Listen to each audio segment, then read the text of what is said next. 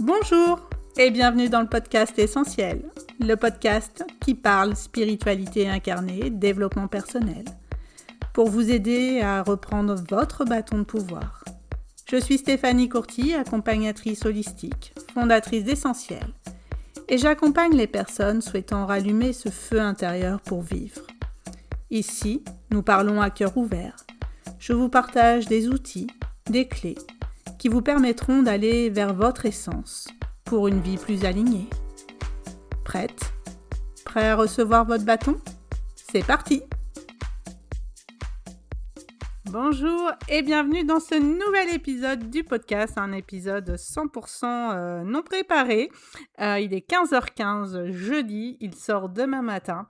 Un podcast où le sujet a été voté par la majorité sur mon canal Instagram. Vous pouvez rejoindre d'ailleurs le canal Instagram où je poste tous les jours des guidances, je tire les cartes, etc. Enfin voilà, je vous donne plein d'infos, en tout cas j'essaye. Et le thème qui a été choisi a été le pardon. Certainement pour faire suite au podcast d'il y a un mois qui était sur les relations qui changent. Et parfois, quand les relations s'achèvent, eh bien, il y a de la rancœur, de la rancune, et parfois, il faut pardonner.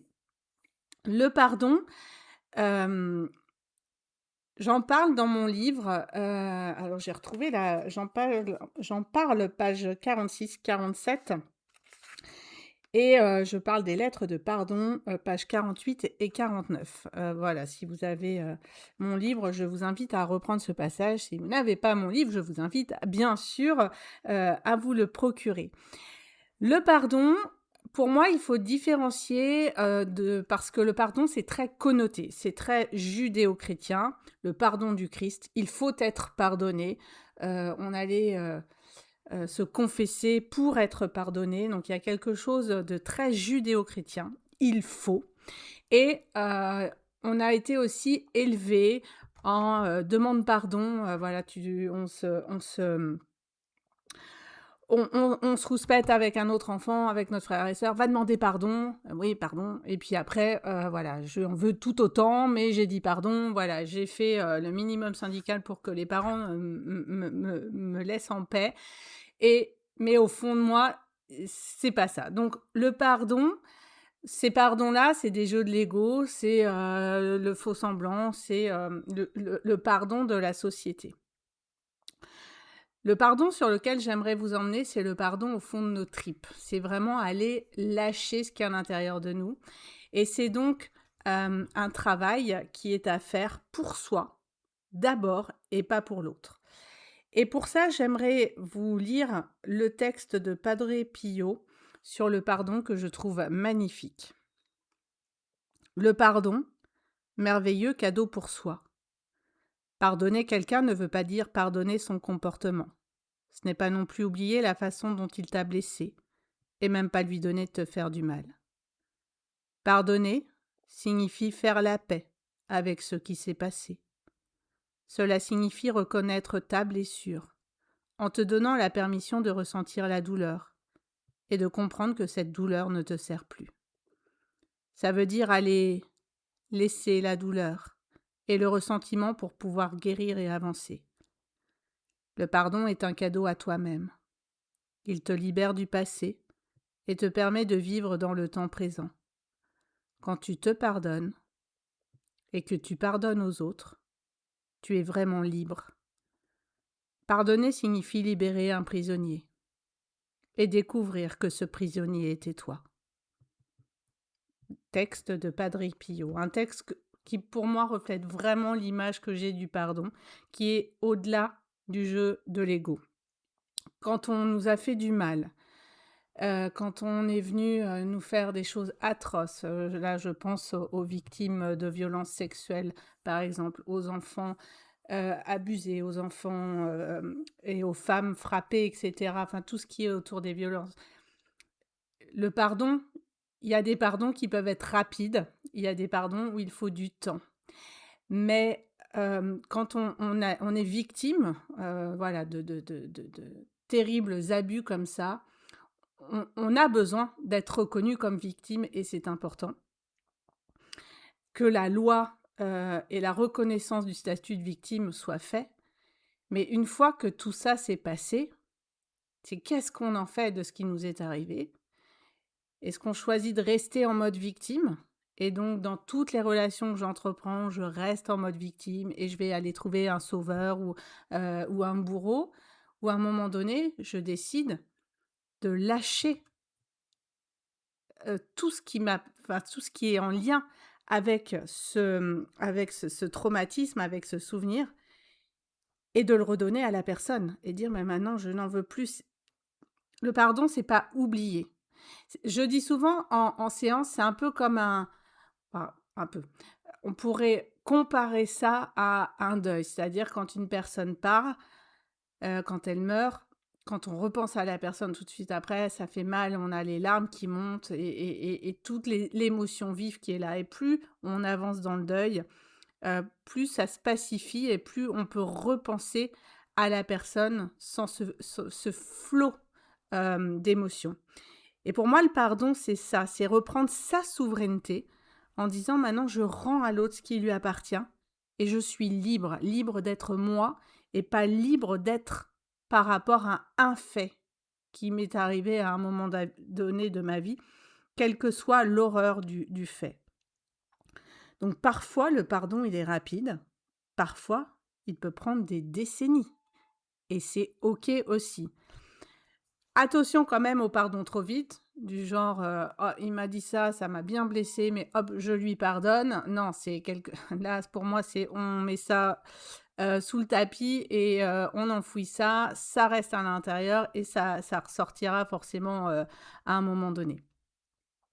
Et donc pour savoir si, on a pardonné à la personne ou, à la enfin, ce qui s'est passé avec cette personne, c'est de repenser et de voir est-ce que au niveau du plexus ça se tend, la mâchoire, le cœur, est-ce que ça voilà, est-ce que ça fait du bien quand je pense à cette personne? Non, bah, c'est que le pardon il est pas fait, il est pas encore là.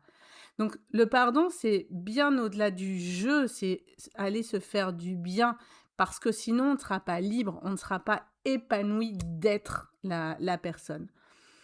Hem, Bouddha disait le fait de ne pas réussir à faire le pardon, c'est comme si, quand on en veut à quelqu'un, c'est comme si on avait de la braise qui brûle entre les mains et ça nous brûle, et comme si on avait envie, dès qu'on le croise, de lui balancer, cette braise à la figure et on vit avec ce truc à l'intérieur.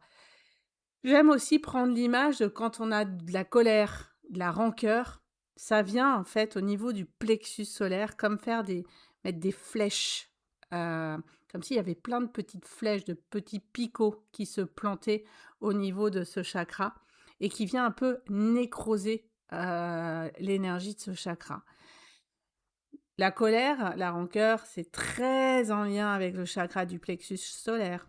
Le chakra du plexus solaire, quand il dysfonctionne, il est en mode victime. Et c'est le chakra qui nous permet de briller, d'oser, de passer à l'action.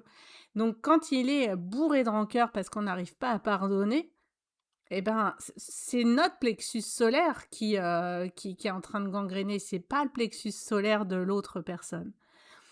D'un point de vue énergétique, maintenant, le pardon, quand il y a pas le pardon, c'est comme si on avait, quand il nous est arrivé quelque chose, qu'on en veut à l'autre personne, comme s'il y avait des bouts de d'âme, de fragments d'âme qui sont partis de notre aura et qui ont été, récupérés par l'autre personne et nous, on s'est pris ces fragments d'âme, de merdouille qui sont venus, dans notre aura et ça fait des brèches énergétiques sur notre aura.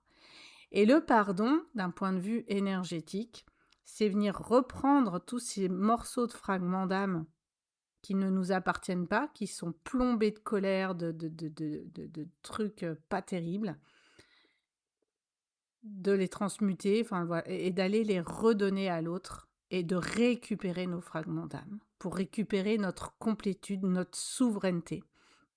Et c'est ça que j'apprends à faire notamment dans la formation, initiation, à l'énergie, qui démarre pour ceux qui écouteront le podcast, heu, en live, qui démarre lundi 9 mars 2026 en visio, sur 4 lundis soirs où j'apprends vraiment, heu, le protocole du pardon à le faire énergétiquement, et le protocole de récupération des fragments d'âme pour venir récupérer toutes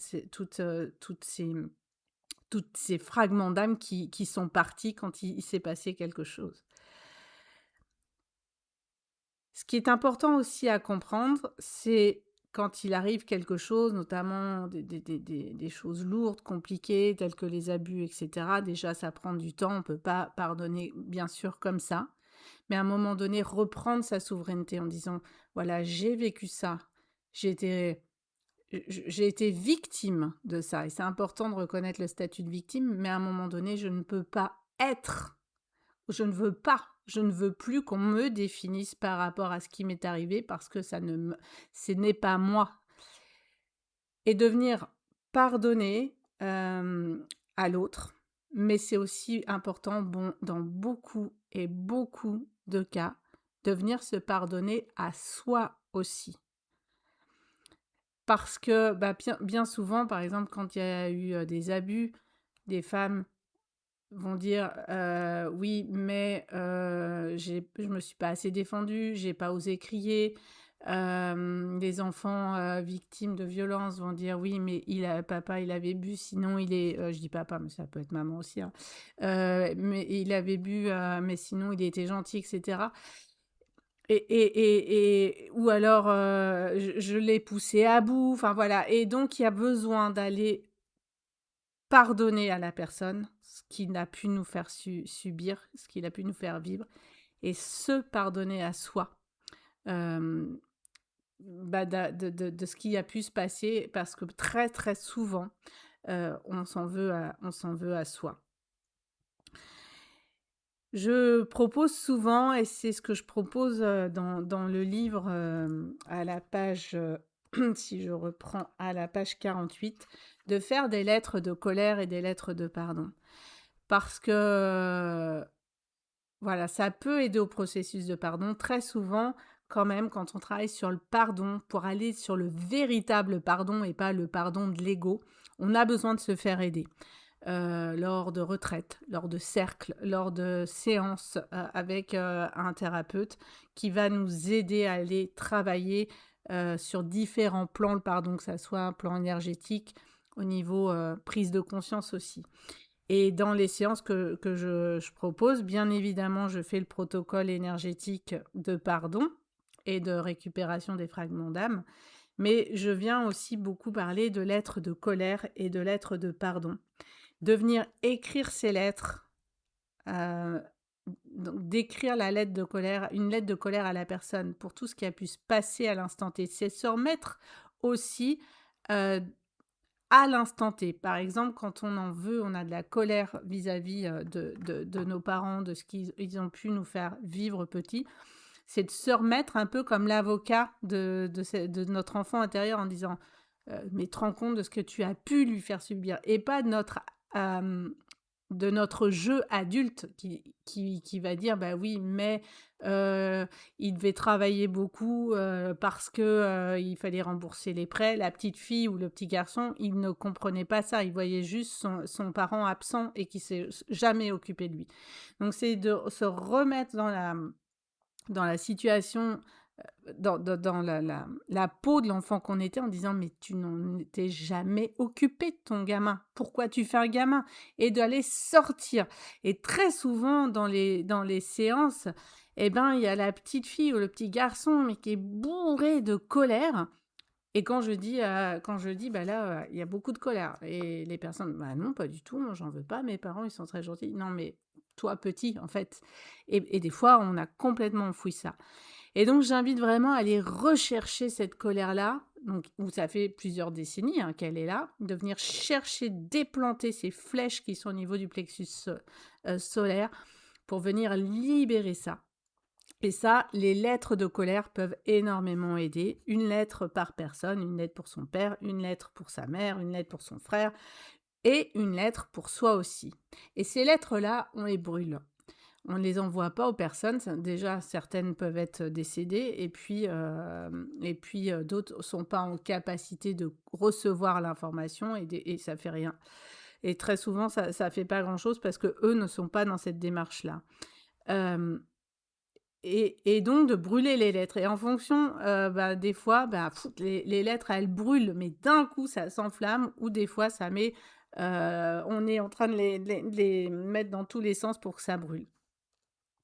Et une fois qu'on a écrit ces lettres de colère, c'est d'aller écrire les lettres de pardon. Alors parfois, on y arrive tout de suite. Parfois, il faut passer par plusieurs lettres de colère. Parfois, il faut, laisser aussi beaucoup de temps pour aller vers la lettre de pardon. Mais je dis, à un moment donné, il faut tenter la lettre de pardon, d'essayer de pardonner, de se libérer de ce qui a pu nous arriver. Et ces lettres de pardon, donc pareil, on en fait une par personne, de les garder le temps qu'il faut. Ça peut être de les garder une journée, une semaine, un mois, 6 mois, un an, de les relire de temps en temps et dire: «OK, là le processus il est bon, il est fait et je suis libérée». Et après, moi, les lettres de pardon, j'aime bien aller les mettre dans l'eau et de les voir, se dissoudre tout doucement, dans l'eau. Quand on brûle une lettre, le feu, ça transmute, ça libère. Donc quand on brûle la lettre de colère, c'est de voir et de ressentir que toute la colère qu'on est sortie de notre corps, est partie dans le papier et est transmutée en quelque chose de positif. Je vous invite à vraiment à tenter l'expérience, si vous ne l'avez pas fait, d'écrire les lettres de colère, lettres de pardon.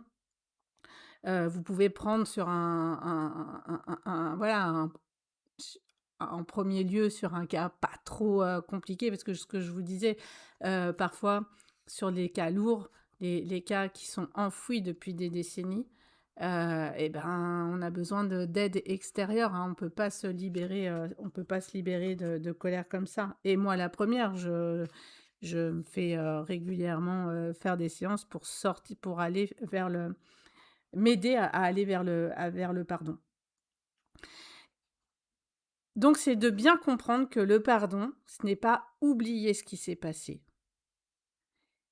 C'est enlever toutes les émotions lourdes en lien avec ce qui s'est passé avec ce souvenir. C'est reprendre sa souveraineté, c'est reprendre sa liberté, c'est reprendre sa capacité d'être pour qui je suis et pas parce que j'ai subi.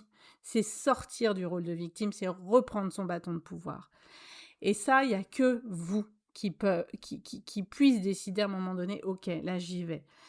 Et c'est quelque chose qui vient des tripes, c'est pas, d'ailleurs, c'est pas «je pardonne», mais c'est «ça pardonne». C'est au-delà du «je».